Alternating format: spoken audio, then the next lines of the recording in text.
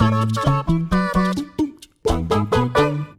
and welcome to WhatCulture Gaming. I'm Josh, joined as ever by the man who plays everything, Scott Tailford, for another of our lovely news roundups, because the news so far this week has been extensive. There's been a lot of the stuff in between the April Fool's jokes, like the guy from Tekken being in Tekken, which was awesome. The thing is, every time something broke yesterday, I was like, well, it's a whole day where you know, it's more fake news than usual, and you sort of just go like, well, okay, well, I mean, this could be true. PlayStation's doing refunds, maybe they are, maybe they're not. Well, one thing that seems to be true is that The Last of Us 2 is coming out by the end of 2019. Is it still, well, it's still not confirmed, but on PSN under their Coming Soon banner, which only has games from 2019, including Control and Mortal Kombat, both of which have dates, was The Last of Us 2. There was no Ghost of Tsushima, there was no Death Stranding, which also don't have release dates, but Last of Us 2 was nestled in there, and I think this makes a lot of sense. Well, I mean, considering that they've put it in amongst all the 2019 stuff, if we go down the rumour mill and we expect to see the PS5 next year, then I'd like the idea of The Last of Us 2 being the, like, bowing out of the PS4, the same way that the original Last of Us did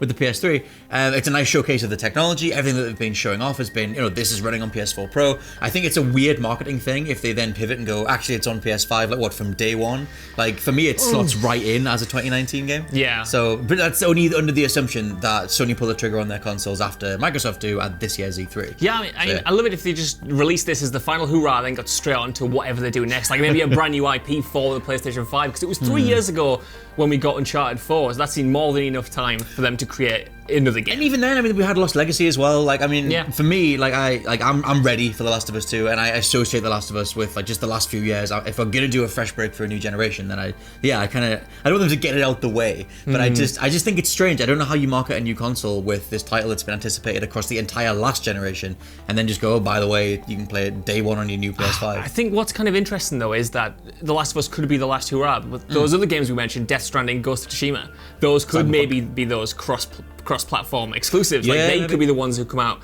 right at the very end of the PlayStation 4 lifecycle and on PlayStation 5 immediately, whereas The Last of Us might eventually get a remaster like the first one did, and maybe not. So at the minute, the thing that happened was that it's listed on the 2019 release schedule or whatever, so it seems like it is hopefully coming alongside everything else for the rest of this year.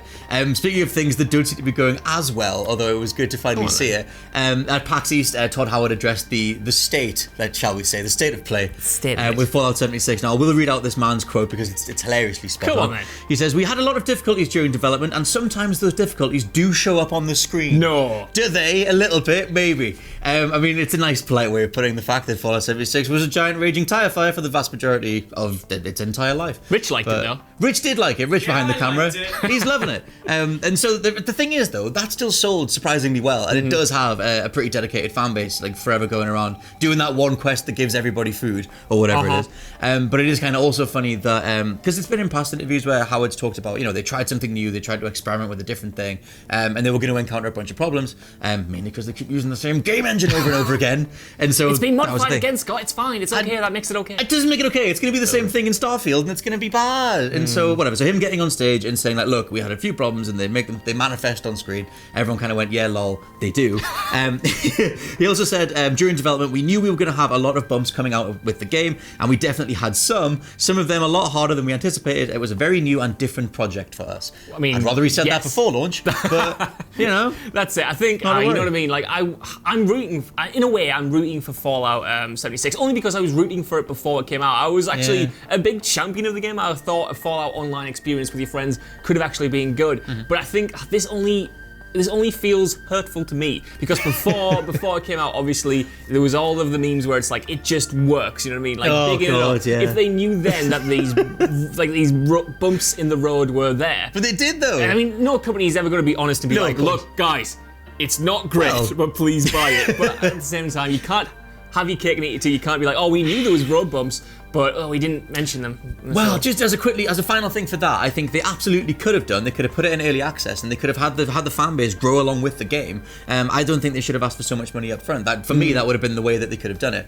But that's my qualm with Bethesda in their jankiness in general. I wonder if it goes free to play. Anyway, other disasters is no, it's been a very negative news. This is Driveclub the actually really good racing game Genuinely from phenomenal. Evolution Studios Yes. is unfortunately the servers are shutting down in 2020. I think it's March 2020, but it's been delisted completely August of this year. So effectively, if you don't own Driveclub now, you're only going to be able to buy it secondhand. And even if you do buy it secondhand, for some reason, if you're going to go out right now and desperately get Driveclub, you won't be able to play online come next year anyway. The thing with that game is that, and it's a weird thing to recommend a driving game for, is that its weather effects are phenomenal. Oh, it's beautiful. It's like, if you have if you did the whole shenanigans and you bought into 4K and all that type jazz, then it's worth just seeing Driveclub in 4K and all that type stuff. But though there is a little bit more to this, because the initial outrage to it was, oh god, Sony shutting stuff down. How can we? And I saw Jason Schreier from Kotaku being like, how can we possibly believe in the future of streaming stuff if things can be turned off left, right, and center? And then their dev, or one of the directors, it was the former Driveclub game director called Paul Go on. Paul Rishtinsky, I think. I'm really sorry, Paul, if I got your name wrong. But he tweeted, to be clear, the game, like most racing games, it's being delisted for licensing reasons. It's standard practice, apparently, across the industry for 5-year deals mostly, and then after that, you're done, and it's kind of gone. That explains why all those other racing games got turned off, doesn't it? I mean, I don't really wrap my head around it. Maybe it makes a whole bunch of sense. I know that the past Forza games and Gran Turismo have had a whole bunch of licensing issues. Never resulted in the whole games being taken offline, but that's the big difference. I mean, it's one thing it getting delisted, and it's one thing Sony just stopping support for it, which kind of is a long time coming. They obviously shuttered the studio back in 2016, and now it's just kind of been running on life support. But it is a great game, and it is frustrating that the case of like game preservation as a whole kind of it scares me, that you can just shut the servers off for like a 6-year-old game and then be like, oh, that's it. You can never play it in its original incarnation ever again. Which is kind of like a larger thing to do with like servers and stuff in general. It seems like another news thing we almost forgot to put in. We did.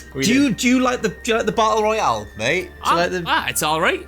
The Blackout. It's all right. Do you want some more? Well, a little bit more with no, the not really. I want more Blackout. So really. this is initially the news thing here is that the Call of Duty's Blackout mode is getting a new map. It's called Alcatraz. But you pointed to the fact that they're also doing a free month. Yeah. They're going to make Blackout completely free for a whole month. Which I looked into it a little bit. They did this back in January. They had a free week. Right. And it's always been that thing where Apex Legends, Fortnite, not PUBG, but LOL's to PUBG. But the first two are obviously available for free, and they're just dominating the marketplace. And so it's kind of that thing where when you go into a new battle royale, is it assumed that it'll be free, and is that the thing getting in the way of Blackout? I mean, I've not played it since launch. I don't really care too much, but maybe it's a thing. Well, not to toot my own horn a Do little it. bit. I'm a big fan of that too. I've been like, a lot of people in the office have been saying like, this is the way it's going to go. Like the Blackout is going to go free to play, and I think that makes sense. Like, with the soon-to-be announced Call of Duty Modern Warfare 4 coming out, Blackout sort of needs to be its own thing, and I think this is a great way for Activision to kind of test the waters a little bit, just to be like, here's it free for a whole month. Let's see how this affects our metrics. Let's look at the stats into this and see if it's going to be worthwhile ultimately going forward. Plus, I mean, I'm pretty sure they have a whole microtransaction store in the game itself. I think it can be self-sustaining, siphoned off from Call of Duty. They've already had a whole bunch of shenanigans with the zombie mode just being ignored or cancelled or whatever it is.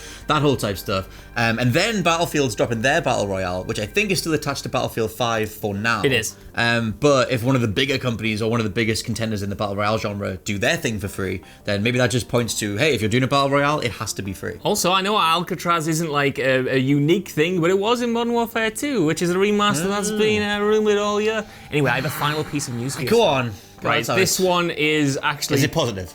It is. Good. Well, do you like Borderlands? Yeah, I do. I mean, I like it. I want to like it more, but I mean, tell me the thing. Maybe. It's that news, which hopefully won't be completely like redundant by the time this video goes up. But in a since deleted tweet last night, the Borderlands official Twitter account tweeted out the game's release date, which is September 13th. They said like, prepare for mayhem come that date. But billions of guns. A slightly more interesting tidbit is that another pulled video that they tweeted seemed to hint that it's going to be an Epic Games Store exclusive, which has been causing so much controversy recently. And then Gearbox head Randy Pitchford had an amazing tweet that he put afterwards. So this isn't actually official, at least at the time of recording, where he said he's not in charge of the business decisions. He essentially put it all on Take-Two and 2K and said, look, we don't control the price, we don't control who we partner with, we don't control exclusivity, so if you got a problem with that, it's all on them. Essentially just passing the buck up the ladder. And then he deployed some smoke and he was gone.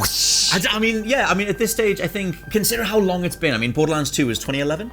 Yeah, 2012, I think. 2012. It feels like a while. It feels like Borderlands 3 was like the industry's worst kept secret for so long. And then for it to arrive kind of fully formed, it does make sense that it would drop within a good few months. And then Randy Pitchford's ongoing saga with random allegations and evidence and all that type of stuff you can Google means that he's probably better off just going, it's out my hands and I've set it in motion, but someone else can kind of clean it up.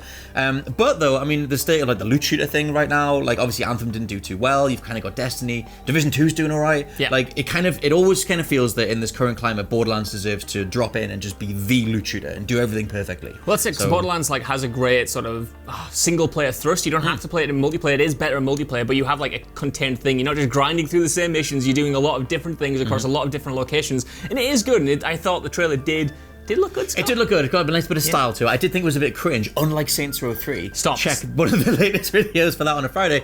But, I mean, looking at the general sort of way that it's put together, like you said, it actually rewards single-player play. Yeah. And I think that that'll be something that is incredibly valuable, considering so many loot shooters say, oh, you can play it single-player, and you totally can't. There are so many things where it's just not sort of worthwhile. worthwhile. You tried playing the Division on your own. Yes. It's sad, isn't it? Yes, you go down, experience. No one's there to pick you back up again. Just like in real life. It is just like in real life. What a somber note to end on. I'm really sorry about this, guys. But I want to know what you guys think down in the comments below about any of these. Are you looking forward to potentially playing The Last of Us 2 this year? Borderlands 3 seems to be locked in, and Driveclub is no more.